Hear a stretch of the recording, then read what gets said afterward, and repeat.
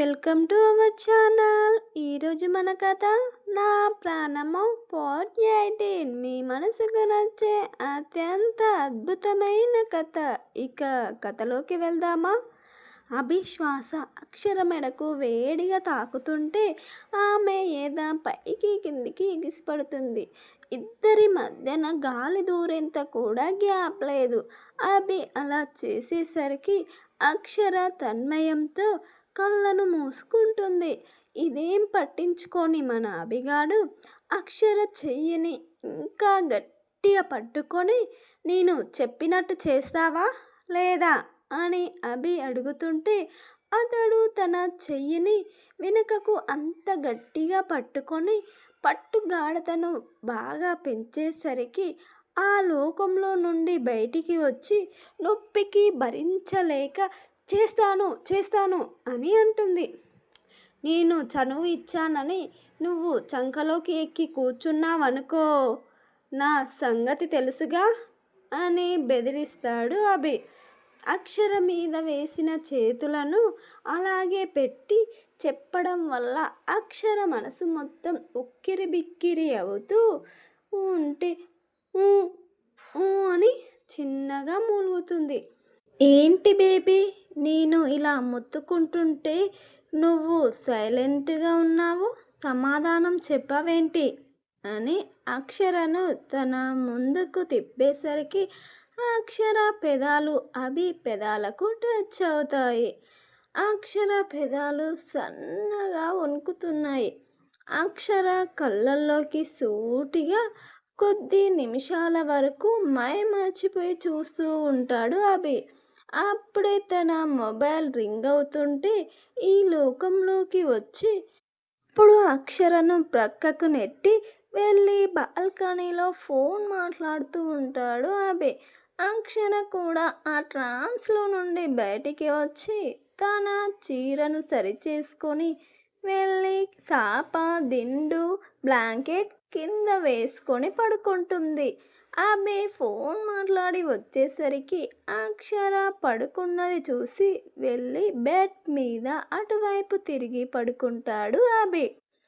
అభి కళ్ళు మూసుకోగానే అక్షర ఎర్రటి పెదాలు తన కళ్ళల్లో మెదులుతుంటే, అరే అభిగా, నీకేమైందిరా అంటూ ఇటువైపు తిరిగేసరికి ఫ్యాన్ గాలికి అక్షర పైట కొంగు పైకి కిందికి రెపరెపలాడుతుంటే ఆ సందులో నుండి ఆమె సన్నని నడుము చక్కర్లు కొడుతుంటే అతడు ఎంత చూడొద్దనుకున్నా అతని కళ్ళు పదే పదే అటే చూస్తుంటే అతని చెయ్యికి ఏదో మైకం కమ్మినట్టు అక్షర నడుమును తాకుతుందనగా అక్షర టక్కున ఇటువైపు తిరుగుతుంది. వెంటనే అభి ఒక్కసారిగా తన చేతిని వెనక్కు లాక్కుంటాడు. ఏమైంది అభి గారు, ఏం చేస్తున్నారు అని అక్షర అడిగితే, ఏమీ లేదు, దోమ దోమ అని అభి తడబడుతూ సమాధానం చెప్తాడు. డోర్స్ విండోస్ అన్నీ క్లోజ్ చేశాం కదా అభి గారు, దోమ ఎక్కడి నుండి వచ్చింది అని అక్షర అటువైపు ఇటువైపు చూస్తూ అడుగుతుంటే, ఎక్కడిదో మాయదారి దోమ వచ్చిందిలే, నువ్వు ఫుల్గా బ్లాంకెట్ కప్పుకొని పడుకో అని చెప్పి అభి ఇటువైపు తిరిగి గట్టిగా కళ్ళు మూసుకొని పడుకుంటాడు. ఇక్కడ జానకమ్మ మెల్లగా కళ్ళు తెరిచి చూసి అభి అక్షర వెళ్ళిపోయారని కన్ఫర్మ్ చేసుకొని మెల్లగా లేచి వచ్చి డోర్ క్లోజ్ చేసుకుంటుంది.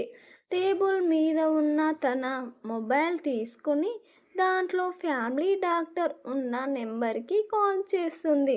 అవతలి వైపు ఫోన్ లిఫ్ట్ చేసి, హలో మేడం అని అంటే, thank you doctor, thank you very much, మీరు చేసిన సహాయం నేను ఈ జన్మలో మర్చిపోను, మీకు ఎప్పుడు ఏ సహాయం కావాలన్నా నన్ను అడుగు అని జానకమ్మ అంటే, అంత పెద్ద మాటలు ఎందుకులేండి మేడం, మీ కొడుకు కోడలు కలిసి ఉండాలనే కదా మీరు చేసిన ప్రయత్నంలో నేను కొంచెం సహాయం చేశాను. అభి గారికి నేను ఇలా చేశానని తెలిస్తే ఆయన ముందు నేను ముఖం చూపించుకోలేను అని డాక్టర్ బాధపడుతుంటే, అయ్యో డాక్టర్, మీరు ఎందుకు అంతలా బాధపడుతున్నారు? మనమేం తప్పు చేయలేదు కదా! ఒక చిన్న అబద్ధం చెప్పాము. అది కూడా వాళ్ళిద్దరూ కలిసి ఉండాలనే కదా డాక్టర్ గారు అని జానకమ్మ అంటే, అవునమ్మా, నేను కూడా ఆ దేవుణ్ణి కోరుకుంటున్నాను. మీ కొడుకు, కోడలు త్వరగా కలిసి పిల్లలతో సంతోషంగా ఉండాలని. దేవుడి దయ వల్ల వాళ్ళిద్దరూ కలిసి ఉంటే అంతే చాలు అని జానకమ్మ అంటుంది. సరే మేడం, నేను ఉంటాను అని ఫోన్ కట్ చేస్తాడు డాక్టర్. జానకమ్మ ఫోన్ టేబుల్ మీద పెట్టేసి లైట్ ఆఫ్ చేసుకొని బెడ్ మీద పడుకొని కళ్ళు మూసుకుంటుంది. ఆమె కళ్ళు మూయగానే ఏవేవో పిచ్చి పిచ్చి ఆలోచనలు కళ్ళల్లో మెదులుతుంటే తను ఎప్పటికో నిద్రలోకి జారుకుంటుంది.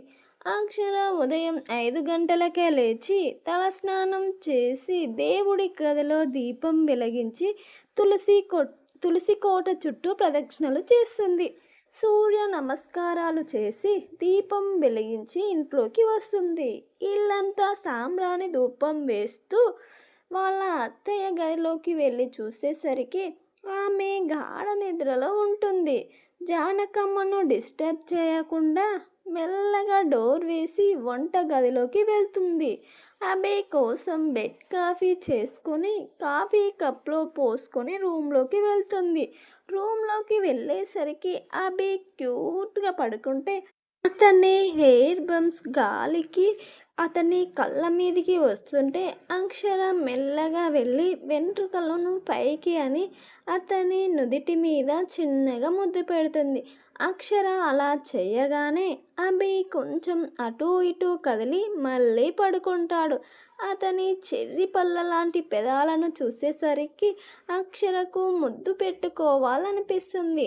అనుకున్నదే తడువుగా మెల్లగా వంగేసరికి ఆమె వెంట్రుకలు ఒక్కసారిగా అభి ముఖం మీద పడ్డాయి.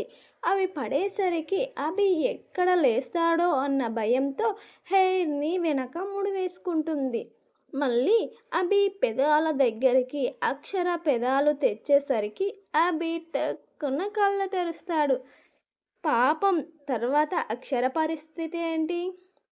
అక్షర ఏం సమాధానం చెబుతుంది అని తెలుసుకోవాలంటే నెక్స్ట్ ఎపిసోడ్ వరకు ఆగాల్సిందే. ఇలాంటి ఇంట్రెస్టింగ్ కథల కోసం మన ఛానల్ని సబ్స్క్రైబ్ చేసుకోండి.